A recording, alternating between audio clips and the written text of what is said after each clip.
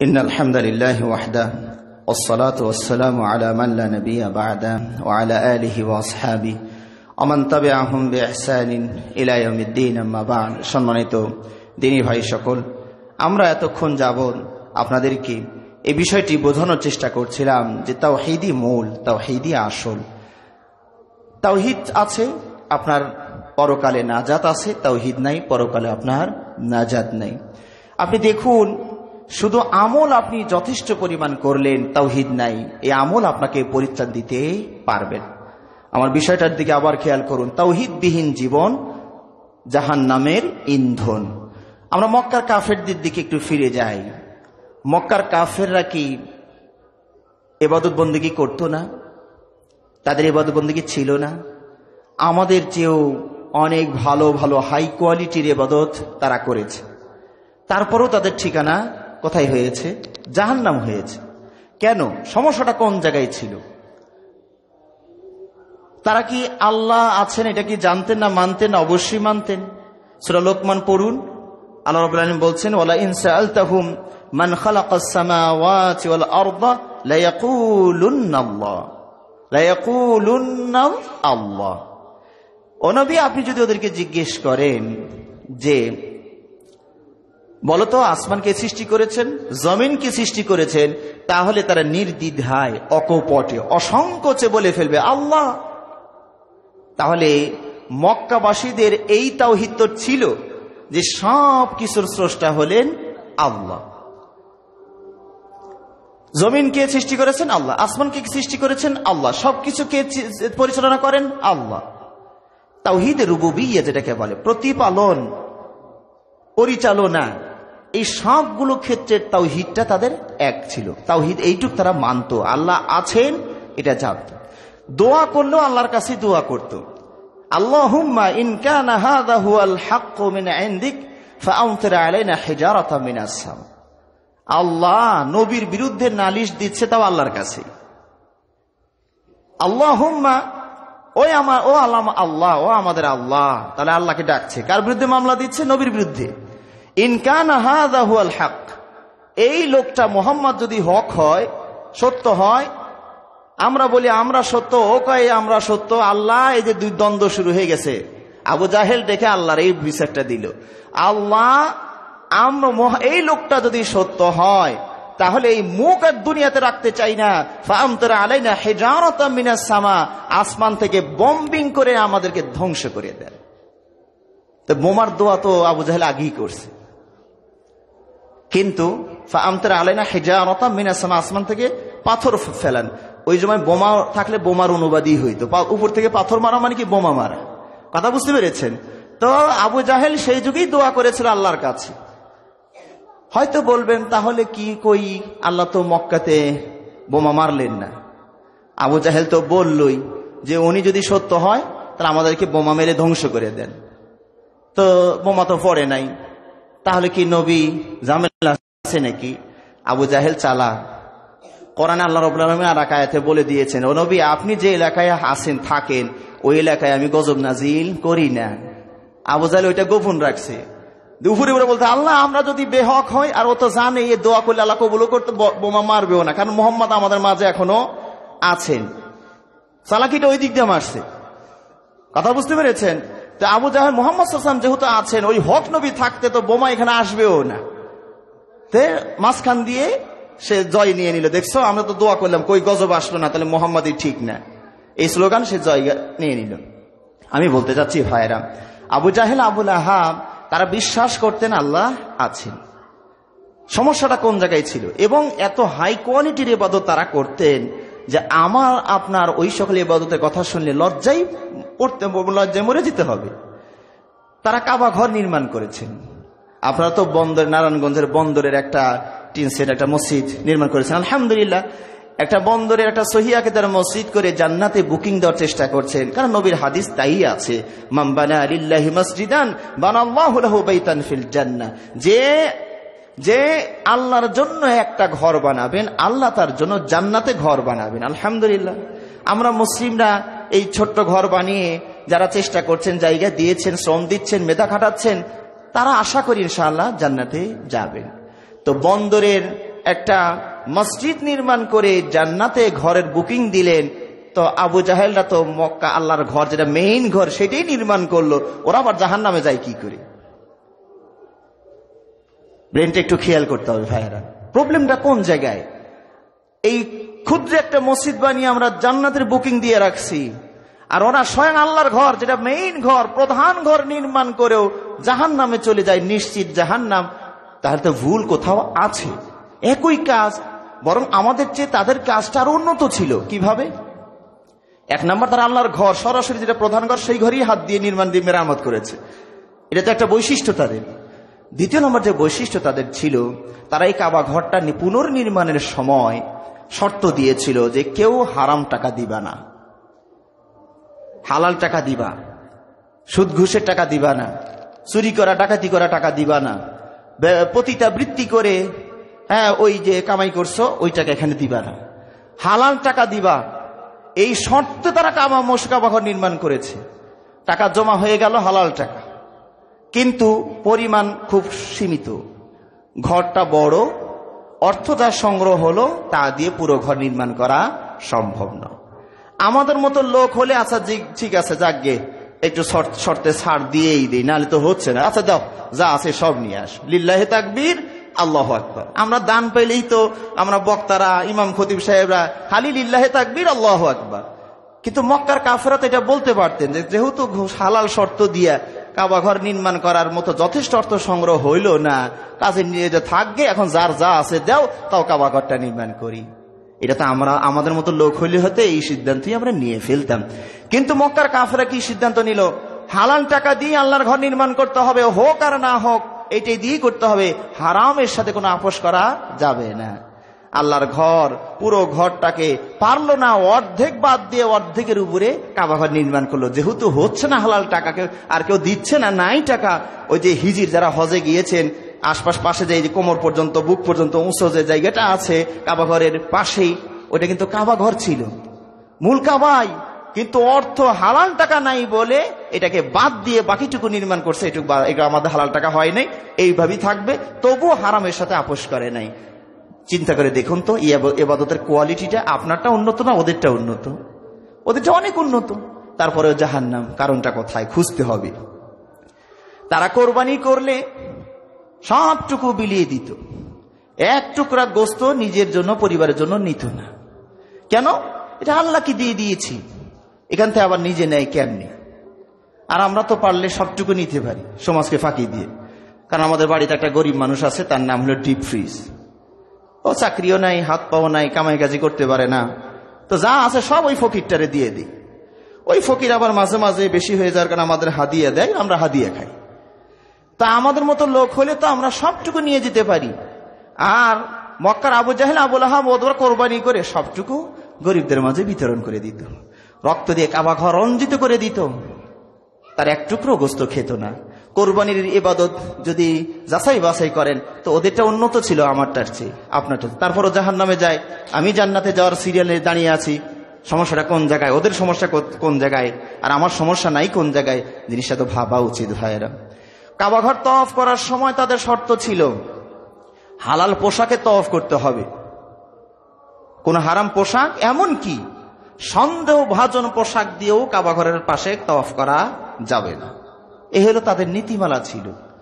এই জন্য হজের আগেই তারা হালাল টাকা সংগ্রহ করে বেশ কিছু কাপড় সংগ্রহ করত, এক জোড়া করে।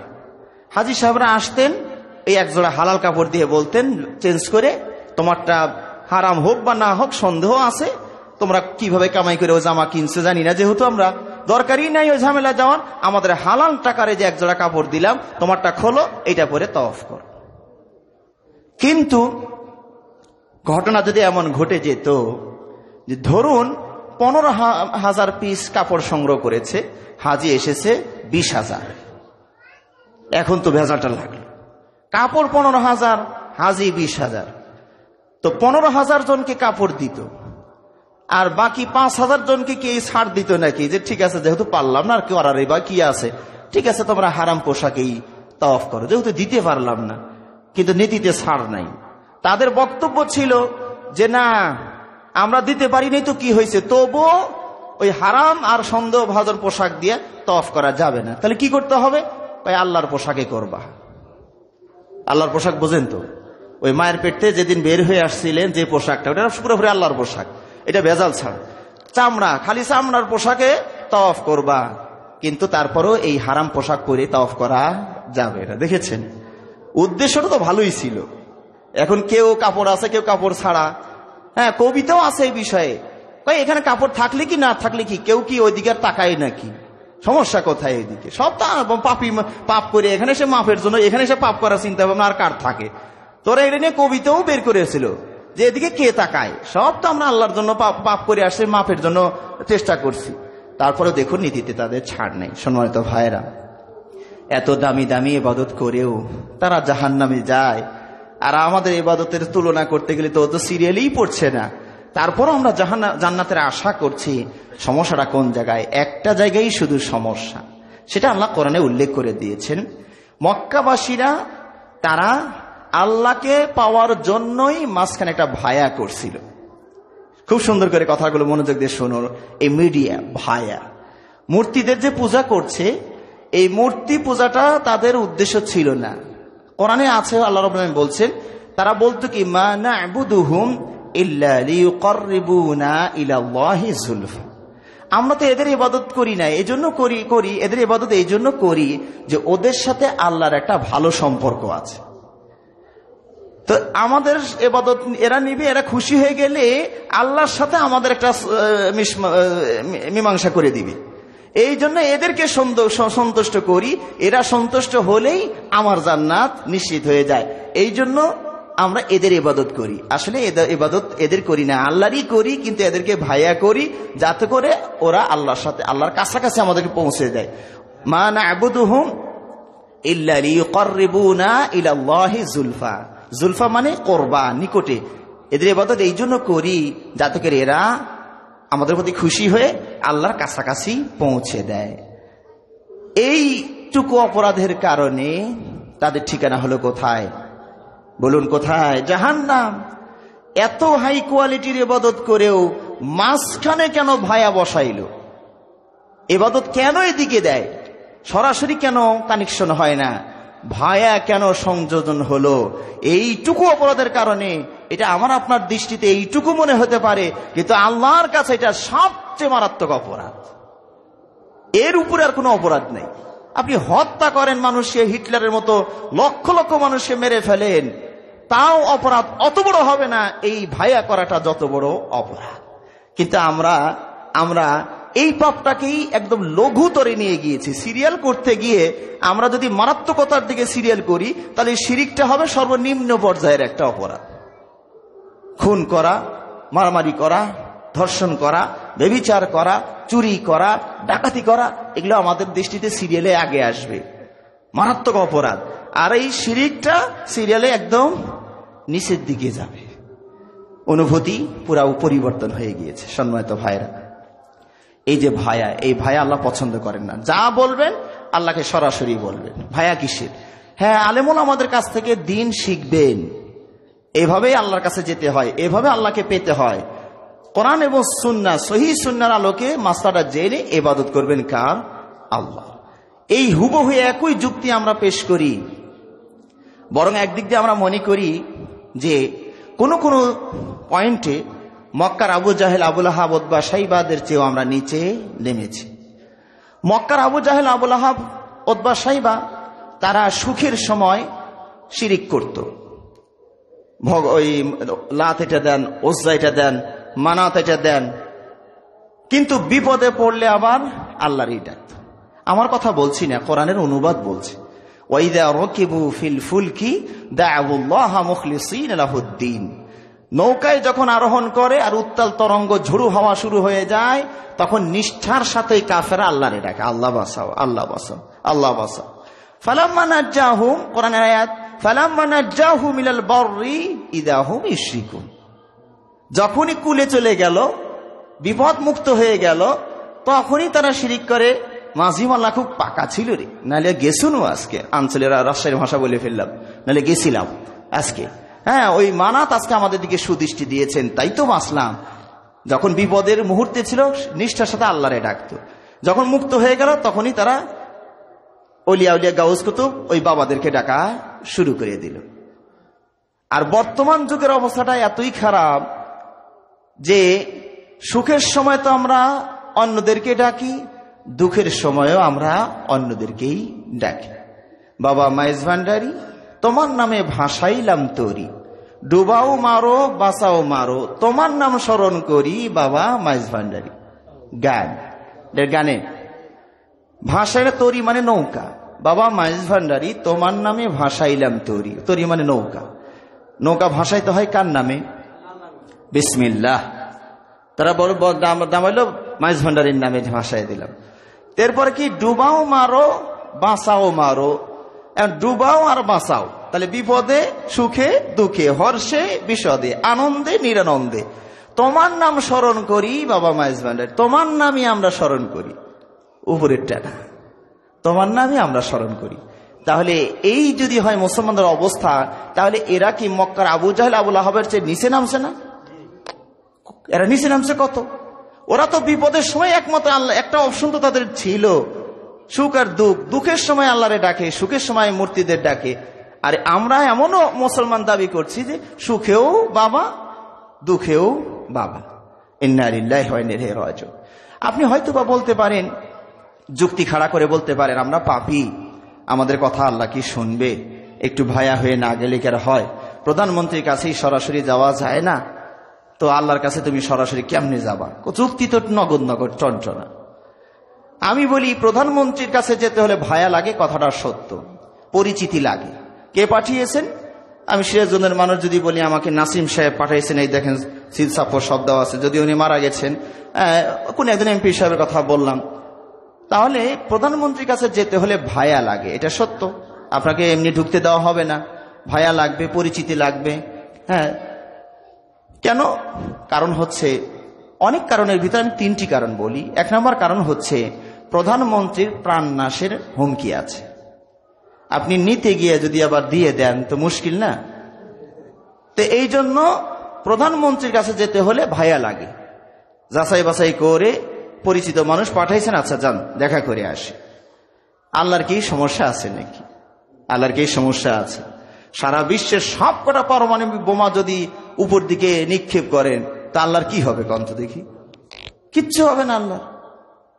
তাহলে এই জন্য ভায়া লাগলো। 1 নম্বর, প্রধানমন্ত্রীর প্রাণনাশের হুমকি আছে, আল্লাহর এই সমস্যাটা নাই, কাজে আল্লাহর এই পয়েন্টে ভায়া লাগবে না। 2 নম্বর হচ্ছে প্রধানমন্ত্রীর যদিও কর্ণ 2টি, তবু একসাথে 2 জন মানুষের কথা শুনতে পারবেন না। ঠিক আছে, যেহেতু যানজট লেগে গেছে, অনেক মানুষ এসে গেছে, তুমি ডাইন কান বলো আমি ডাইন কান দিয়ে শুনি, তুমি বাম দিকে এসে বলো আমি বাম কান দিয়ে শুনি, এটা কি সম্ভব? সীমাবদ্ধতা আছে। তাহলে কি করতে হবে? একজনের কান দুটো হলে কি হবে? একসাথে 2 জনের কথা বোঝা যাবে না, একজন করে আসো। আল্লাহর কি এই সমস্যাটা আছে নাকি বলুন তো দেখি? আল্লাহর এই সমস্যা আছে? আপনি বলেন আল্লাহ, আল্লাহকে এই কথা বলবেন নাকি যে বান্দা একটু দাঁড়া, ওয়েটিং কলে তুই থাক, আমি একটু আমেরিকার কল রিসিভ করছি তো? আল্লাহকে এটা বলবেন নাকি? নাউযুবিল্লাহি মিন যালিক। সারা বিশ্বের শুধু মানুষ নয়, সকল সৃষ্টি, জীবিতগুলো নয়, মরাগুলো যদি জিন্দা হয়ে এসে একযোগে আল্লাহকে ডাক দেয় আল্লাহ, আল্লাহ সব কটা সৃষ্টির তৎক্ষণাৎ জবাব দিয়ে দিবেন, কোনো সমস্যা আল্লাহর হবে না। সুবহানাল্লাহ। তাহলে এই পয়েন্টেও আল্লাহর কাছে ভায়া চলে না। 3 নম্বর পয়েন্টটা হলো যে প্রধানমন্ত্রীর প্রধান ক্ষমতা সীমিত। প্রধানমন্ত্রীর প্রধান ক্ষমতা সীমিত। আপনি গিয়ে বলেন আমার 10 লাখ দেন, ব্যবসায় ধরা খাইছি, তো দিল প্রধানমন্ত্রী আপনারা 10 লাখ। আমি গিয়ে বললাম আমার 15 কোটি দেন, মারাত্মক ধরা খাইছি, আমার 15 কোটি দিলেন। এখন যদি দরজা খোলা থাকে আর আমরা বাঙালিরা যদি যাই আর নেওয়ার সুযোগ পাই, তাহলে কি অবস্থাটা হবে প্রধানমন্ত্রী কন্ত দেখি? ওই যে জাতির জনক শেখ মুজিবুর রহমান যাকে আমরা বলছি, আর উনি আসলে স্বাধীনতা ডাক দিয়েছেন যেহেতু, উনি একটা কথা বলছিলেন, মনে আছে কিনা আপনাদের, যে 7 কোটি মানুষ 8 কোটি কম্বল, আমারটা গেল কই? সবাই পেয়েছে সোনার খনি আর আমি পেয়েছি চোরের খনি। 7 কোটি মানুষ 8 কোটি কম্বল, সবাইগুলো যদি ইনসাফ ভিত্তিক একটা করে কোট নেয়, তাও তো 1 কোটি কোট বেঁচে যায়। 7 কোটি মানুষ 8 কোটি কম্বল, সবাই যদি একটা করে নেয়, তাও তো 1 কোটি বেঁচে যায়। সেখানে প্রধানমন্ত্রী বলছেন যে আমারটা কই? তাহলে আমরা বাঙালি কত ভালো চিন্তা করছেন নাকি? প্রধানমন্ত্রীটাও আমরা নিয়ে নিয়েছি, 1 কোটি বেশি হওয়ার কথা সেটা প্রধানমন্ত্রীটাই নাই, সব আমরা নিয়ে নিয়েছি। তো এই হলাম আমরা বাঙালি। যদি এইভাবে প্রধানমন্ত্রীর কাছে যাওয়া আসার সুযোগ থাকতো, চাইলে আর দিতে বলে না, কয় তাহলে দিতে যেহেতু পারলে না আপনারই কাঁধে করে নিয়ে যাই। আমরা তো সেই বাঙালি। যেহেতু প্রধানমন্ত্রীর সীমাবদ্ধতা আছে, এই জন্য সবাইকে যাওয়া যায় না, বুঝে সুঝে ওনার কাছে পাঠানো হয়। আল্লাহর কাছে এই সমস্যাটা আছে কিনা বলুন তো দেখি। সুবহানাল্লাহ। আল্লাহ নবী সাল্লাল্লাহু আলাইহি ওয়াসাল্লাম বলছেন, চিন্তা করে দেখো জীবনের শুরু থেকে, সৃষ্টির শুরু থেকে শেষ পর্যন্ত কি পরিমাণ আল্লাহ দান করছেন। আল্লাহর দান তো আমরা টের পাই না, আল্লাহর দান টের পাই না। এই যে রাত্র হয়ে গেলে কয়েকটা বাতি জ্বালাবেন, কত করে বিল দিয়ে আসেন প্রতিদিন? বিল দিতে হয় না?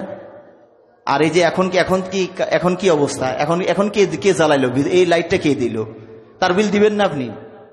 সামান্য একটা 500 পাওয়ারের বাতি, 150 পাওয়ারের বাতি জ্বালায়া ডেস্ক অফিস না কি বলে ওটাকে, ডেস্কই তো মনে হয় বলেন, হ্যাঁ, ডেস্ক অফিসে গিয়ে বিল দিয়ে আসেন, আর এত বড় আলো বাতি জ্বালায় দিল, তার বিলটা কে দিবে? সুবহানাল্লাহ। বিজ্ঞানীরা গবেষণা করে দেখেছে যে সূর্যের একদিনের যে তেল খরচ, এইভাবে এই ধরনের পৃথিবীকে কয়েক কোটিবার বিক্রি করলেও একদিনের তেল খরচ হবে না। সুবহানাল্লাহ।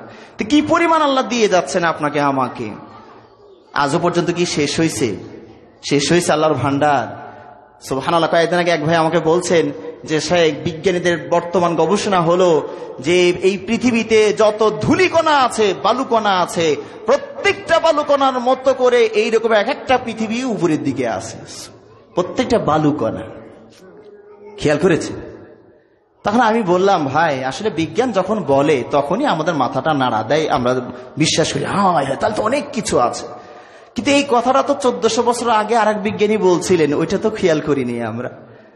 মুহাম্মদ সাল্লাল্লাহু আলাইহি ওয়াসাল্লাম কি বলে গিয়েছিলেন যে সর্বনিম্ন মানের যে জান্নাতটা পাবে, একদম খোঁড়া, মানে যেটা মানে কোন রকম করে ওই যে ফুলসিরাত পার হয়েছে, কেমনে জোনাকি পোকার মতো একটু আলো দিয়েছে, একটুখানি গেছে, কাঁপতেছে যে পড়ি না, আবার একটু পরে আলো দেয়, আবার একটু যায়। আমলের ব্যাটারি ডাউন তো, আলো ভালো নাই, বুঝতে পেরেছেন? এই স্লো গতিতে গিয়েও ও ঘষা মজা করে পার হয়ে যাবে, তারও আল্লাহ 10 দুনিয়া দিবেন। তো যিনি ওই যে উড়ন্ত হাই কোয়ালিটির পার হয়েছেন, ওনারে আল্লাহ কি দিবেন? তাহলে এখন ক্যালকুলেশন করে দেখুন তো, কত কোটি মানুষ জান্নাতে যাবে, আর কত বড় দুনিয়া, একজনকে যদি সর্বনিম্ন 10 দুনিয়া দেওয়া হয়, তাহলে আর আছে কত? এই কথাটা, তথ্যটা তো নবী সাল্লাল্লাহু আলাইহি ওয়াসাল্লাম 1400 বছর আগে দিয়ে দিয়েছিলেন। এখন বিজ্ঞানীরা উপরি টাকায় হায় হায় হায় হায়, কোন জগৎ এটা, কুল কেনারা নাই, পাবে কি করে?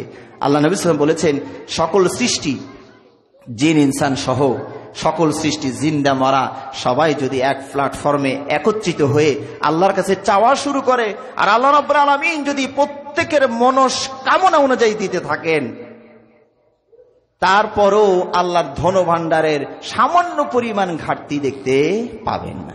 সাগরের ভিতরে পাখি ঠোঁট চুপিয়ে, চঞ্চু ঠোঁট চুপিয়ে পানি পান করার পরে ঠোঁট চুয়ে চুয়ে যেটুকু পড়ে, ওইটুকু সাগরের পানি কমলে কমতে পারে। এখন তো থার্মোমিটার ইত্যাদি মেপে দেখেন যে পাখি কতটুকু নিয়ে গেল সাগরের পানি, ওকে মাপার জিনিস। আমি মোমবাতি জ্বালিয়েছি, হয়তো একটি উদাহরণ না দিলে বুঝবেন না যে এত দেয় তাও শেষ হয় না, এটা আবার কেমন হইল। এই উদাহরণ দুনিয়াতে আছে ভাইয়েরা। আমি মোমবাতি জ্বালিয়েছি, প্রদীপ জ্বালিয়েছি। আমার এই প্রদীপ থেকে যদি আপনাদের এই বন্দর এলাকার প্রত্যেকেই আমার প্রদীপ থেকে একটু করে আপনার প্রদীপে আলো নিয়ে নেন, আপনার প্রদীপে আলো নিয়ে নেন, আমার প্রদীপের আলো কি কমবে? কি কমবে? আমার প্রদীপ যা আছে তাই থাকবে। কিন্তু আমার কাছ থেকে তো হাজার হাজার নয়, লক্ষ লক্ষ মানুষ এখান থেকে নিয়ে গেল, ওরটা ওই রকমই জ্বলছে, আবার খড়ি টড়ি বেশি আরো বেশি জ্বলতে পারে, তা আমারটা তো কমে নাই। সৃষ্টি জগতে যদি এমন উদাহরণ থাকে, তো আল্লাহর কাছে কি উদাহরণটা আছে? সুবহানাল্লাহ, সুবহানাল্লাহ। সম্মানিত ভাইয়েরা, বোঝার চেষ্টা করি, তাওহীদের উপরে অটল থাকার চেষ্টা করি, এই থেকে বাঁচার চেষ্টা করি। আমি যে কথাগুলো আপনাদেরকে বলতে চেয়েছিলাম যে মক্কার কাফেরদের আর আমাদের মাঝে পার্থক্য এটাই। সুতরাং আল্লাহ আর বান্দার মাঝে কোনো ভায়া থাকবে না। ভাইরা, সর্বশেষ সময় যেহেতু বেশি হয়ে গেছে, আর 2-1 মিনিট কথা বলে শেষ করে দিচ্ছি। আমরা ভাইয়ার ক্ষেত্রে আর একটা দলিল যেটা ব্যবহার করি, আমি পাপী, আমার কথা কি আল্লাহ শুনবে? কাজে একটু আউলিয়া গাউস কুতুবের কাছে যাওয়াই লাগবে। ওরা খানকায় থাকে, ওরা অনেক পাপ থেকে হেফাজতে আছে। সম্মানিত ভাইরা, প্রথম নাম্বার যে মেসেজটা আমি আপনাদেরকে দিতে চাই, যে কোনো মানুষ পাপ মুক্ত নয়। থাক না খানকায়, তারপরও তার পাপ আছে। কথা বুঝতে পেরেছেন? নবী রাসূল ছাড়া, আমি আগেই বলছি, নবী রাসূল ছাড়া কোন ওলিয়া উলিয়া গাউস কুতুব আলেম ওলামা পীর বুজুর্গ যাই বলেন একদম নির্ভেজাল নয়। কমপক্ষে মন তো জল্পনা কল্পনা অনেক কিছুই করে, তাই না? মনের পাপ আছে না? কলবের একটা পাপ আছে না? চোখ সামনে দিয়ে গেল, চোখটা পড়ে গেল, মনের মধ্যে একটু শুরু হয়েছে না? চোখটা ব্যবহার পাপ হয়েছে না হয় নাই? কি বলেন? পাপ হয়েছে। এরকম জল্পনা কল্পনার হাতের পাপ আছে, চোখের পাপ আছে, মনের পাপ আছে। এই পাপ থেকে আমরা কেউই মুক্ত নই। কারো জীবনে বড়টাই ঘটে গিয়েছে, আল্লাহ গোপন রাখছেন, কারো জীবনে হয়তো ছোটটা অহরহ হচ্ছে। সুতরাং পাপী আমরা সবাই, এটা প্রথম মনে রাখবেন। 2 নাম্বার হলো যে আপনার মনে এটা হতে পারে যে ওনারা কম, পাপী হলেও তো কম, আমরা একটু বেশি, তো ওনাদের মাধ্যম দিয়ে চাইলে মনে আল্লাহ বেশি কবুল করবে না। ভাইরা, এটা আল্লাহর আরো রাগ হয়। ভয়া করতে গেলেন কেন? সরাসরি আমারে বলবা, অপরাধ করছো আমারে ডাকবা, ভয়ায় গেলা কেন? দলিল হচ্ছে যে শয়তান যখন আল্লাহর কাছে কিছু চাইল, শয়তান অপরাধ করে নেই? অপরাধ করেছে, সাজদা দেয়নি, জাহান্নামী হতে হয়েছে। এখন সে কিয়ামত পর্যন্ত হায়াত চাইল, রব্বি ফাআনযিরনি ইলা ইয়াউমি ইউবআসুন। শয়তানও রবকে চেনে, দেখেছেন? শয়তান আল্লাহকে বলছে রব্বি, ও আমার পালন কর্তা, এবং শয়তান আল্লাহকে ইজ্জত দিয়েই কথা বলে, ফাবে ইজ্জাতিকা, আল্লাহ আপনার ইজ্জতের কসম, লা উগবিয়ান্নাহুম আজমাইন, আমি ওদের সবগুলোকে পথভ্রষ্ট করে ছাড়বো। কসমটা কার খেয়েছে? আল্লাহরই খেয়েছে। শয়তানও আল্লাহকে চিনল, আমরা চিনলাম না ভাইয়েরা। তো শয়তান এত বড় অপরাধী, সে তার কিছু দরকার, কিয়ামত পর্যন্ত হায়াত দরকার। কার কাছে চাইলেন? আল্লাহর কাছে। পাপী, মারাত্মক পাপী, জঘন্যতম পাপী চাই কার কাছে? আল্লাহর কাছে। শয়তানও জানলো আর কারো কাছে চাওয়া যায় না। আর আমরা চিনলাম, আমরা করলাম ওলিয়া উলিয়া গাউস কুতুবদের কাছে চাইলেই পাওয়া যাবে। শয়তান এটা জানলে তো ওই দিকেই যেত, আল্লাহর কাছে কেন চাইবে? হেই তো আমার জান্নাত থেকে বের করে দিছে, তোমার শত্রু, ওনার কাছে কেন চাইতে যাব? রাস্তা যদি আরেকটা থাকতো তো শয়তান কমপক্ষে ওই দিক যেত। তো শয়তানের ঈমান কমপক্ষে এইটুক ঠিক ছিল যে দেওয়ার মালিক উনি, আর আমি রাগ করি আর গোসা করি যাই করি, রাস্তা তো আর নাই, ওনার কাছেই চাইতে হবে। এই জন্য বলল রব্বি ফাআনযিরনি ইলা ইয়াউমি ইউবআসুন। এই মানুষগুলোর কারণে যেহেতু আমি নিজে গোমরাহ পথভ্রষ্ট হয়েই গেলাম, তাহলে আমাকে কিয়ামত পর্যন্ত হায়াত দেন, যাতে করে এবং ওদের রন্ধে রন্ধে যেন চলতে পারি, ওদেরকে ফুসলাইতে পারি, শিরিক করাইতে পারি, পাপ করাইতে পারি, সুযোগটা আমার একটু দিয়ে দেন। আল্লাহ কি বললেন? আল্লাহ কি কথা বলেছেন? এই তুই পাপী, তোর কথা আমি শুনি। ওই যে খানকায় ওলিয়া উলিয়া গাউস কুতুব বসে আছে, ওদের কাছে যা, সিল সাপ্পর নিয়ে আয়, তারপরে আমি তোর আবেদন মঞ্জুর হবে কিনা চিন্তা করে দেখবনি। আল্লাহ এইটা বলেছেন নাকি? আল্লাহ বললে ও দোয়া করা শেষ হয়নি, আল্লাহ বললেন ইন্নাকা মিনাল মুনজারিন, যা, তোরে কিয়ামত পর্যন্ত হায়াত দিয়ে দিলাম। এত বড় পাপী লোকটা দোয়া করে যদি কবুল করে নিতে পারে, তা আমি আপনি পারবো না? আমি আপনি কি শয়তানের চেয়ে বেশি খারাপ নাকি? শয়তানের লেভেলের খারাপ নাকি? শয়তান যে মানের খারাপ, অত খারাপ নাকি? বলছেন না না, শয়তানের চেয়ে বেশি খারাপও আমি না, শয়তানের বরাবর খারাপও আমি না, তো কমই আছেন। তো এরপরও ভায়া কেন লাগবে? শয়তানের লাগলো না, আপনার কেন লাগবে? সুতরাং ভাইয়েরা, অপরাধ যা করি আল্লাহকে বলি, আল্লাহ আমাদেরকে বোঝার তৌফিক দান করুন, আমিন। আল্লাহ রাব্বুল আলামিন আমাদেরকে তাওহীদের উপরে আমরণ বহাল থাকার তৌফিক দান করুন। আল্লাহ রাব্বুল আলামিন আমাদেরকে তাওহীদ ভালোভাবে বুঝে উপলব্ধি করে এই তাওহীদের